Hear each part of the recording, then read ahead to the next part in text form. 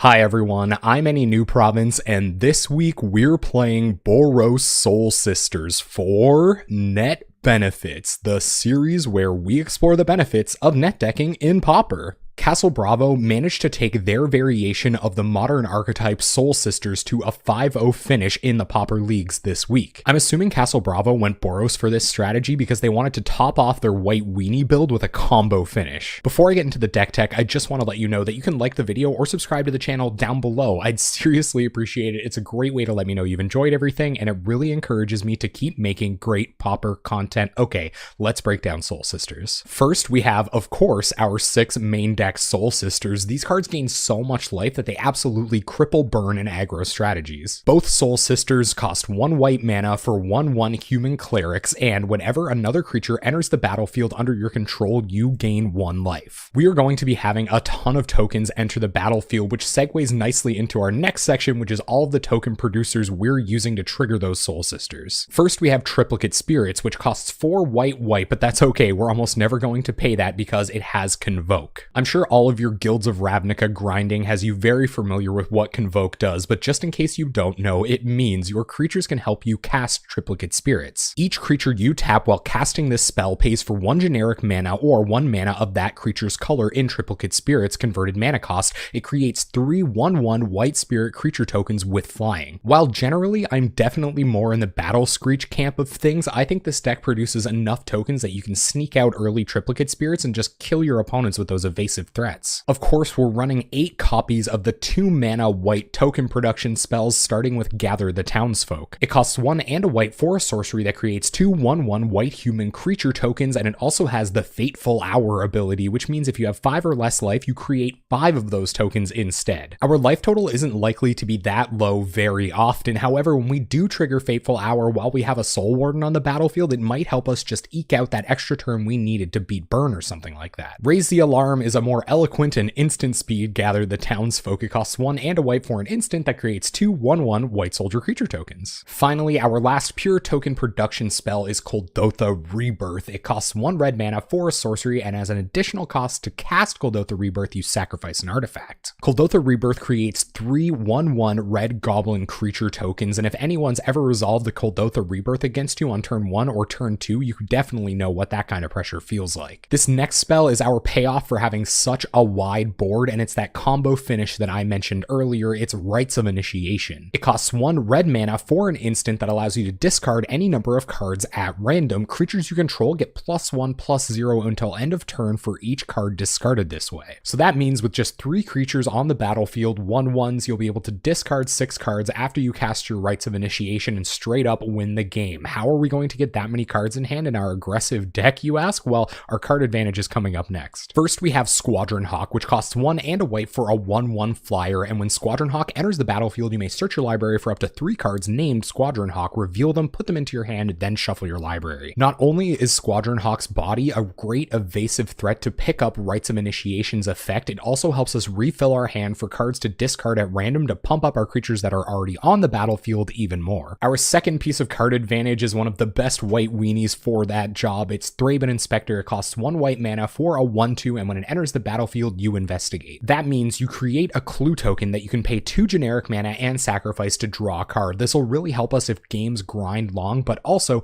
Thraben Inspector's body will pick up the pump from Rites of Initiation just fine to help us win the game. Finally, we have just a little bit of card filtering that synergizes very well with the rest of our deck. That package starts off with Cataxian Probe. It costs 1 blue Phyrexian mana, which we actually can pay for, but hopefully paying life for it anyway isn't much of an issue. It's a sorcery spell that lets you look at target player's hand, then draw a card. Cataxian Probe is a great efficient way to start digging towards those Rites of Initiation combo pieces, but also it lets you look at your opponent's hand. This gives you perfect information about how they may react to your Rites of Initiation. You don't want to just go dumping your whole hand at random if your opponent has an Electrickery to blow you out, right? Finally, our last non-land card is Chromatic Star, which is a little bit of air in the deck, but also a great target to sacrifice to Kuldotha Rebirth. It costs 1 generic mana for an artifact that allows you to pay 1 then tap and sacrifice Chromatic Star to add 1 mana of any color. When a Chromatic Star is put into a graveyard from the battlefield, you draw a card. Alright, let's have a look at this mana base. It starts off with 8 artifact lands, 4 Ancient Dens, and 4 Great Furnaces. Your artifact lands in white and red respectively. These are awesome to have around when you need to sack a land to make tokens with Cold Oath the Rebirth. We're also running 4 copies of Windscarred Crag. They enter the battlefield tapped. When they enter the battlefield, you gain a life, and when they're untapped, you can tap them for red or white. And for basics, we have 6 basic plains and 2 basic mountains. Lots of untapped white sources so that we can hit our Soul Wardens and Soul Attendants before we start casting our token spells. Alright, let's have a look at this mana base. First, we have 3 copies of Pay No Heed. It's a way that we can fog the board really efficiently for very little mana.